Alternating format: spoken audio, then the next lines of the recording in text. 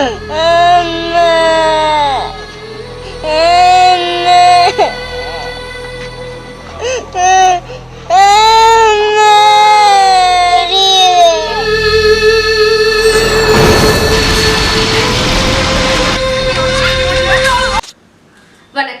போன அனிசீஸ்ல தமிழீழம் ஒரு தனி நாடா எப்படி இயங்குச்சுன்னு பார்த்தோம். இன்னைக்கு அனிசீஸ்ல விடுதலை புலிகளுக்கும் ஸ்ரீலங்காக்கும் நடந்த இறுதிக்கட்ட போரை பத்தி பார்க்க போறோம். ஸ்ரீலங்கா அப்படின்றது இந்தியாவோட ஒப்பிடுற அளவுக்கு ஒரு பெரிய நாடு கிடையாது. அது ஒரு சின்ன தீவு. இங்க இருந்து நீங்க 1 லட்சம் ரூபாய் எடுத்துட்டு போனீங்கன்னா இலங்கை மதிப்புக்கு அது 4 லட்சம் ரூபாய் ஆகும். அந்த அளவுக்கு பொருளாதாரத்துல பின்தங்கிய ஒரு நாடு. அதுலயும் தமிழீழத்துல பெட்ரோல், டீசல், மின்சாரம்க்கு எப்பவுமே ஒரு தட்டுப்பாடு இருக்கும். ஏன்னா இலங்கை அரசு கிட்ட இருந்து வாங்குற பெட்ரோல் பயன்படுத்துற மாதிரி இருக்கும். அந்த அரசு கொடுக்கறது ஒரு 25% தான் உங்களுக்கு சாட்டிஸ்பாக்சனா இருக்கும். இவங்க மீதிக்கு என்ன பண்ணுவாங்கன்னா உலக நாடுகள் கிட்ட இருந்து தனியா கொள்முதல் பண்றதுதான் இவங்க பயன்படுத்திட்டு வருவாங்க. 2006ல சந்திரிகா தலைமையில இருக்கும்போது தமிழீழத்துக்கும் ஸ்ரீலங்காக்கும் ஒரு ஒப்பந்தம் போடப்படுது. அந்த ஒப்பந்தத்தை சாதகமா பயன்படுத்தி சந்திரிகா உலக நாடுகள் எல்லாத்துக்கிட்டையும் போய் ஆதரவு திரட்டுறாங்க. அதே நேரத்துல ராணுவத்தையும் வலுப்படுத்துறாங்க. இன்னொரு பக்கம் தமிழர்களை ஒடுக்கிறதுலயும் உங்க குறிக்கோளா இருக்காங்க. விடுதலை புலிகள் அப்போ போர்ல கண்ணிழந்தவங்க, கை போனவங்க, அப்புறம் மக்கள் நல திட்டங்கள்னு இவங்க இதுல எங்கேஜ்டா இருந்தாங்க. அது போக 2004ல வந்த சுனாமி அப்பையும் உலக நாடுகள் கொடுத்த நிதி எல்லாத்தையுமே ஸ்ரீலங்கா அரசே எடுத்துக்கிச்சு. விடுதலை புலிகள் தன்னோட சொந்த காசுலே அந்த மக்களுக்கு சீரமைப்பு பணி எல்லாத்தையும் இவங்க பண்ணிட்டு இருக்காங்க. 2006ல சந்திரிகாவோட ஆட்சி கலைஞ்சி ராஜபக்ஷ ஆட்சிக்கு வராரு. ராஜபக்ஷ ஆட்சிக்கு வந்ததுக்கு அப்புறமும் இதே மாதிரி உலக நாடுகள் எல்லாத்துக்கிட்டையும் வட்டி இல்லாம ஆயுதத்தை கடனுக்கு வாங்குறாரு. சீனாவோட ஒப்பந்தத்தை போட்டு இலங்கையில இருக்க ஒரு ஹார்பர் உங்களுக்கு தரேன்னு சீனாவோட க்ளோஸ்னஸையும் இவர் எடுத்துக்கிறாரு. ராணுவத்தை 1 லட்சம் இருந்தவங்கள 3 லட்சம் ஆக்குறாரு. அதுவும் 3 மடங்கு சம்பளத்தை கொடுத்து. இலங்கைக்கு மட்டக்களப்பு தான் நெற்களஞ்சியம். இப்ப நமக்கு எப்படி தஞ்சாவூர் இருக்கும் அந்த மாதிரி இங்க எப்படி அந்த காலத்துல ஏரி குளங்கள் நிறைய கட்டினாங்களோ இதே மாதிரி இலங்கையில அந்த காலத்து அரசர்களே ஏரி குளம் நிறைய இது பண்ணி ஒரு செழுமையான நாடுதான் தமிழீழம். உலகத்திலேயே நாற்படை கொண்ட இயக்கம் விடுதலை புலி இயக்கமா இருந்தது. கடல் புலிகள், வான் புலிகள், விடுதலை புலிகள், கரும்புலிகள். கரும்புலிகள்னா என்னன்னா ஒரு 50 கிலோ எடை இருக்கிற வெடிகுண்டை உங்க மேல போட்டுட்டு குறிப்பான ராணுவத்தின் இலக்கின் மீது போய் அதை அழிக்கிறது தான். கரும்புள்ளியா இருக்கிறது அவ்வளவு ஈஸியானது கிடையாது. யார வேணா கரும்புள்ளி ஆக்குறதுக்கு அதுக்கு கடுமையான மன உறுதியும் உடல் உறுதியும் தேவை. கடுமையான பயிற்சிக்கு அப்புறம் தான் உங்களை கரும்புள்ளியாவே தேர்வு பண்ணுவாங்க. நீங்க கரும்புள்ளி பயிற்சி முடிஞ்சதுக்கு அப்புறம் உங்க பேர் எழுதி கொடுத்தீங்கன்னா திருப்பி கரும்புள்ளிக்காக உங்களுக்கு எப்ப வேணா ஆணை வருதோ அது வரைக்கும் நீங்க காத்துட்டு இருக்கணும். அதுக்கு 1 வருஷம் ஆகலாம், 2 வருஷம் ஆகலாம், எவ்வளவு நாள் ஆனாலும் அதுக்காக நீங்க வெயிட் பண்ணிட்டு இருக்கணும். அந்த அளவு ஒரு கடுமையான பயிற்சி நிறைந்ததுதான் கரும்புலிகள்.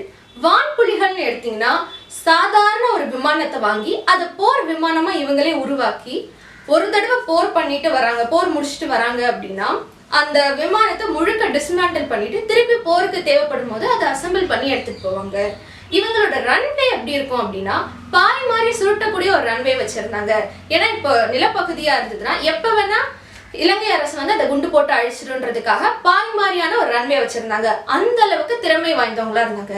இவங்களோட கடற்புலிகள் எப்படி இருக்கும்னா ஒரு கப்பலை உருவாக்கி அதுல ஜெட் இன்ஜினை இவங்க பொருத்தி பயன்படுத்திக்கிட்டு இருந்தாங்க.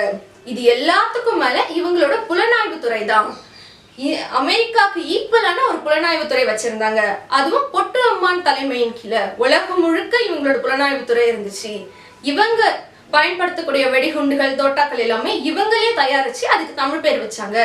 இவ விடுதலை புலிகளுக்கு நிதர்சன் அப்படின்னு தொலைக்காட்சியும் புலிகளின் குரல் அப்படின்னு ஒரு வானொலியுமே இருந்துச்சு. ராஜபக்ஷ உலக நாடுகள் கிட்ட எல்லாம் ஆதரவு திரட்டி கிளஸ்டர், பாஸ்பரஸ், கெமிக்கல் பாம்னு உலகத்தால தடை செய்யப்பட்ட குண்டுகள் எல்லாத்தையும் வாங்கி குவிச்சாரு. இப்ப பொதுவாவே குண்டு இப்ப இங்க விழுது அப்படின்னா இங்க இருக்கிற மக்கள் எல்லாரும் வெடிச்சு சிதறுவாங்க, பக்கத்துல இருக்கிறவங்க எல்லாம் ஓடுவாங்க. இதுதான் நம்மளோட பார்வைக்கு தெரிஞ்சது.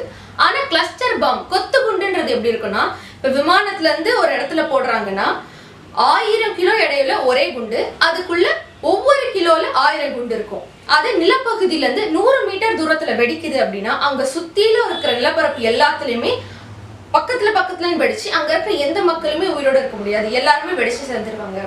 அதே மாதிரிதான் பாஸ்பரஸ் குண்டும். இப்போ ஒரு காட்டுல அது போட்டா கூட அங்க இருக்கிற காட்டு மரம் எல்லாமே எரிஞ்சு கறிக்கட்டை ஆயிடும். கெமிக்கல் பாம்னா என்னன்னா ஒரு இடத்துல நீங்க அதை போடுறீங்கன்னா அந்த இடத்துல இருக்கிற ஆக்சிஜனை முழுக்க அதை எடுத்துரும். இந்த மாதிரி தடை செய்யப்பட்ட குண்டுகள் எல்லாத்தையும் வாங்கி அதை மக்கள் மீது போட்டாரு. இவரு மக்கள் மீது போடுறதுக்காக தான் வாங்குறாருன்றது தெரிஞ்சும் உலக நாடுகள் இவர்கிட்ட வித்தாங்க. பொதுவாவே விடுதலை புலிகள் அப்படின்னாலே அவங்க கடற்படையிலையும் தரைப்படையிலும் ரொம்ப ஸ்ட்ராங்கா இருப்பாங்க. அதனாலே இலங்கை அரசு வந்து முழு கவனமும் விமானப்படை மேல செலுத்துச்சு. பொதுவாவே இவங்க வந்து உலகத்தால அங்கீகரிக்கப்படாத நாடுன்றதுனால இவங்க வாங்கக்கூடிய திங்ஸ் எல்லாமே இல்லீகலா தான் இருக்கும். பட் இலங்கை அரசு அப்படி இல்லை. விடுதலை புலிகள் உலக நாடுகள் கிட்ட கொள்முதல் பண்ணக்கூடிய ஆயுதங்களை இந்தியா அமெரிக்கா உளவு சொல்லி சர்வதேச கடல் பகுதியில வச்சு அந்த ஆயுத கப்பலை இலங்கை அரசு அழிக்குது. இந்த மாதிரி 1 இல்ல 2 இல்ல 4 ஆயுத கப்பல்களை அழிக்குது. புலிகள் வாங்கக்கூடிய ஆயுதம் எல்லாமே அவங்களோட சொந்த உழைப்பாலையும் சொந்த பணத்தாலையும் வாங்கக்கூடியதுதான். உலகம் எங்கும் இருக்கிற ஈழத் தமிழர்கள் தான் உழைக்கிற உழைப்புல கூலி வேலை செஞ்சோ இல்ல அங்க கிடைக்கிற ஏதோ ஒரு சின்ன வேலை செஞ்சு அதுல வரக்கூடிய காசுல பாதி காசு புலிகள் கிட்ட தருவாங்க. இந்த காசை வச்சுதான் இவங்க வந்து ஆயுதங்கள் வாங்குவாங்க. அதே மாதிரி புலிகள் வந்து கடல்ல மிதக்கும் ஆயுத களஞ்சியம் வச்சிருப்பாங்க. இப்போ நம்ம திருவாமியூர்ல இருக்கோம், அங்க ஒரு போர் நடக்குது, அங்க ஆயுதங்கள் தேவை அப்படின்னா அங்க இருக்கிற கடல் பகுதியில போய் எடுத்துக்கிறது. இல்ல இப்ப பட்டினப்பாக்கத்துல இருக்கோம், அங்க ஆயுதம் தேவை அப்படின்னா அங்க இருக்கிற கடல் பகுதியில இருந்து எடுத்துக்கிறதுன்னு ஒவ்வொரு கடல் பகுதியிலயும் ஒரு சில ஆயுதம் வச்சிருப்பாங்க. இல்ல கடல்லயும் நிக்கிற கப்பல்ல கொஞ்சம் ஆயுதம் வச்சிருப்பாங்க, அங்க போய் எடுத்துக்கிற மாதிரி. இத இந்தியா உளவு சொல்லி இலங்கை அரசு அழிக்குது. இது மாதிரி முதல்ல புலிகள் கிட்ட வந்து ஆயுத தட்டுப்பாடை ஏற்படுத்துறாங்க. அதுக்கப்புறமேட்டு பெட்ரோல், டீசல், மின்சாரத்துக்கு தட்டுப்பாடு ஏற்படுத்துறாங்க. ராஜபக்சே அதிபரான உடனே சட்டத்தை மாத்தி எழுதி எல்லா அதிகாரத்தையும் தன்வசப்படுத்திக்கிறாரு. அவரு அதிபரான உடனே அவரோட பாதுகாப்பு துறைய அவங்க தம்பியான கோத்துபய ராஜபக்சே கிட்டையும் ஆலோசகரா அவரோட 2வது தம்பியான பசில் ராஜபக்சே கிட்டையும் முப்படைக்கு தளபதிய விடுதலை புலிகள் கிட்ட இருந்து தப்பிச்ச பொன் சேகோ கிட்ட ஒப்படைக்கிறாரு.